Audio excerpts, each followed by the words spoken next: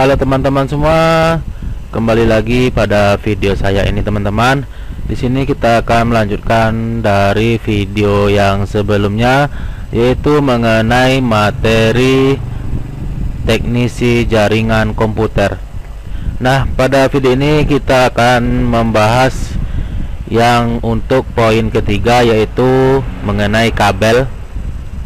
Ada beberapa tipe atau jenis kabel yang banyak digunakan dan menjadi standar dalam penggunaan untuk komunikasi data dalam jaringan komputer. Kabel-kabel ini sebelumnya harus lulus uji kelayakan sebelum dipasarkan dan digunakan. Perlu diingat bahwa hampir 85% kegagalan yang terjadi pada jaringan komputer disebabkan karena adanya kesalahan pada media komunikasi yang digunakan, termasuk kabel dan konektor serta kualitas pemasangannya. Kegagalan lainnya bisa disebabkan oleh faktor teknis dan kondisi yang ada di sekitar. Setiap jenis kabel mempunyai kemampuan dan spesifikasinya yang berbeda. Oleh karena itu dibuatlah pengenalan tipe-tipe dalam kabel. Ada dua jenis kabel yang dikenal secara umum dan dipakai untuk jaringan LAN atau Local Area Network, yaitu koaksial dan twisted pair atau UTP, Unshielded Twisted Pair, dan STP, Shielded Twisted Pair.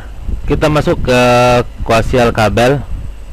Dikenal dua jenis tipe kabel koaksial yang dipergunakan untuk membuat jaringan komputer, yaitu yang pertama thick coax, yaitu mempunyai diameter lumayan besar, dan thin coax, mempunyai diameter lebih kecil.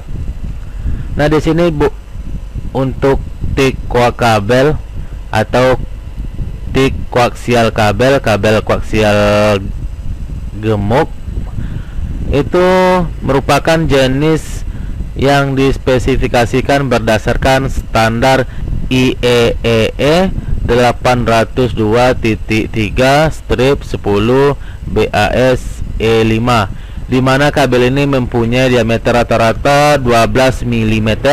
Kabel jenis ini biasa disebut sebagai standar Ethernet atau thick Ethernet, atau hanya disingkat dengan thicknet, atau bahkan cuma disebut sebagai yellow kabel karena warnanya yang berwarna kuning. Dan selanjutnya yaitu thin koaksial kabel, yaitu kabel koaksial kurus. Kabel koaksial jenis ini banyak dipergunakan di kalangan radio amatir, terutama untuk transceiver yang tidak memerlukan output daya yang besar. Jenis yang banyak digunakan adalah RG8 atau RG59 dengan impedansi 75 ohm. Jenis kabel untuk televisi juga termasuk jenis koaksial dengan impedansi 75 ohm. Namun untuk perangkat jaringan, kabel jenis koaksial yang dipergunakan adalah RG58 yang telah memenuhi standar IEEE 802.3/10 BASE2, di mana diameter rata-rata berkisar 5 mm dan biasanya itu berwarna hitam. Setiap perangkat ataupun device yang dihubungkan dengan BNC T-konektor kabel jenis ini juga gambarnya seperti ini teman-teman, gambar dari kabel koaksial yang telah dipasang konektor terminator dan BNC. Dan ini selanjutnya merupakan model jaringan Ethernet bus. Ini gambarnya teman-teman, model jaringan Ethernet bus. Dan yang kedua yaitu twisted pair kabel. Selain kabel koaksial, Ethernet juga dapat menggunakan jenis kabel lain, yaitu UTP atau Unshielded Twisted Pair dan Shielded Twisted Pair atau STP. Kabel UTP dan atau STP yang biasa digunakan adalah kabel yang terdiri dari 4 pasang kabel yang terpilih dari 8 buah kabel yang ada pada kabel ini. Hanya digunakan 4 buah saja yang digunakan untuk dapat mengirim dan menerima data. Perangkat-perangkat lainnya yang berkenan dengan penggunaan jenis kabel ini adalah konektor RJ45 dan hub. Nah, ini merupakan gambar dari kabel UTP. Dan selanjutnya ini merupakan gambar dari konektor RJ45. Ada 2 jenis pemasangan kabel UTP yang umum digunakan pada jaringan lokal, ditambah 1 jenis pemasangan khusus untuk Cisco router, yakni yang pertama yaitu strike stroke kabel. Untuk pemasangan jenis ini biasanya digunakan untuk menghubungkan beberapa unit komputer melalui perantara hub ataupun switch yang berfungsi sebagai konsentrator maupun repeater.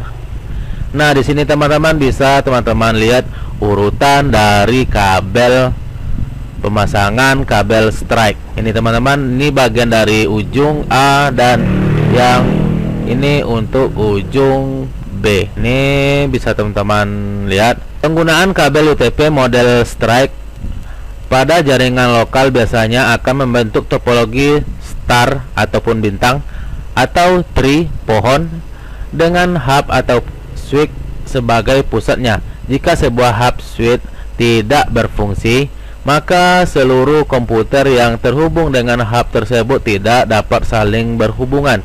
Penggunaan hub harus sesuai dengan kecepatan dari Ethernet cable yang digunakan pada masing-masing komputer. Karena perbedaan kecepatan pada NIC dan hub, berarti kedua perangkat tersebut tidak dapat saling berkomunikasi secara maksimal. Nah, ini teman-teman merupakan gambar dari pemasangan strike stroke kabel dengan hub. Oke, kita masuk pada poin yang kedua, yaitu crossover kabel. Berbeda dengan pemasangan kabel lurus atau strike, penggunaan kabel ini menyilang digunakan untuk komunikasi agar komputer atau langsung tanpa hub, atau dapat juga digunakan untuk mengecas hub jika diperlukan. Sekarang ini ada beberapa jenis hub yang dapat di-cascade tanpa harus menggunakan kabel menyilang atau crossover, tetapi juga dapat menggunakan kabel lurus. Nah, ini teman-teman untuk pemasangan kabel cross. Oke, pada poin yang ketiga kita sudah membahas mengenai kabel, dan sekarang kita akan membahas mengenai hub ataupun switch. Hub dan switch mempunyai banyak lubang atau port RJ45 yang dapat dipasang konektor RJ45 dan terhubung ke sejumlah komputer. Beberapa jenis hub dapat dipasang bertingkat atau dikenal dengan istilah stackable hingga 4 susun. Biasanya hub maupun switch ini memiliki jumlah lubang sebanyak 4 buah, 8 buah, 16 buah hingga 24 buah. Nah, ini teman-teman gambar dari hub ataupun switch. Oke, untuk poin yang selanjutnya yaitu kita akan membahas mengenai router. Sebuah router mampu mengirim data atau informasi dari satu jaringan ke jaringan lainnya yang berbeda. Router hampir sama dengan Bridge, meski tidak lebih pintar dibandingkan Bridge. Namun pengembangan perangkat router dewasa ini sudah mulai mencapai bahkan melampaui batas tuntutan teknologi yang diharapkan. Router akan mencari jalur terbaik untuk mengirimkan sebuah pesan yang berdasarkan atas alamat tujuan dan alamat asal. Router mengetahui alamat masing-masing komputer di lingkungan jaringan lokalnya. Mengetahui alamat broadcast dan router lainnya, router juga dapat mengetahui keseluruhan jaringan dengan melihat sisi mana yang paling sibuk dan bisa menarik data dari sisi yang sibuk tersebut sampai sisi tersebut bersih atau clean. Nah, ini teman-teman untuk gambar router ini tipe-link, router atau tipe-link. Dan untuk poin yang selanjutnya yaitu kita akan membahas mengenai poin yang keenam, router board MikroTik. Pengertian MikroTik adalah sebuah sistem operasi termasuk di dalamnya perangkat lunak yang dipasang pada suatu komputer hingga komputer tersebut dapat berperan sebagai jantung network, pengendali atau pengatur lalu lintas data antar jaringan. Komputer jenis ini dikenal dengan nama router. Jadi intinya MikroTik adalah salah satu sistem operasi khusus untuk router. MikroTik dikenal sebagai salah satu router OS yang handal dan memiliki banyak sekali fitur untuk mendukung kelancaran network. Nah, ini teman-teman gambar dari router board ataupun MikroTik. Untuk fungsi MikroTik dan kelebihan MikroTik yaitu router MikroTik biasa digunakan pada jaringan komputer berskala kecil atau besar. Hal ini tentunya disesuaikan pada resource dari komputer itu sendiri. Jika MikroTik digunakan untuk mengatur network kecil, maka penggunaan perangkat komputernya bisa yang biasa saja. Namun jika yang ditanganinya adalah jaringan berskala besar seperti kelas ISP, maka penggunaan perangkat komputernya pun harus yang benar-benar handal yang memiliki spesifikasi tinggi.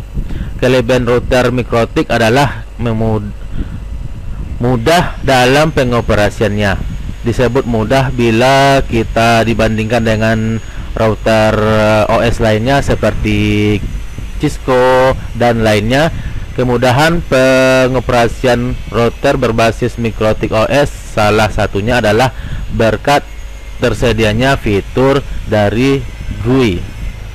Jadi kita bisa setup router tidak hanya melalui tampilan teks yang biasa digunakan OS router lainnya, tapi juga bisa dilakukan melalui sebuah aplikasi remote berbasis GUI bernama Winbox. Oke teman-teman, sampai jumpa di video selanjutnya.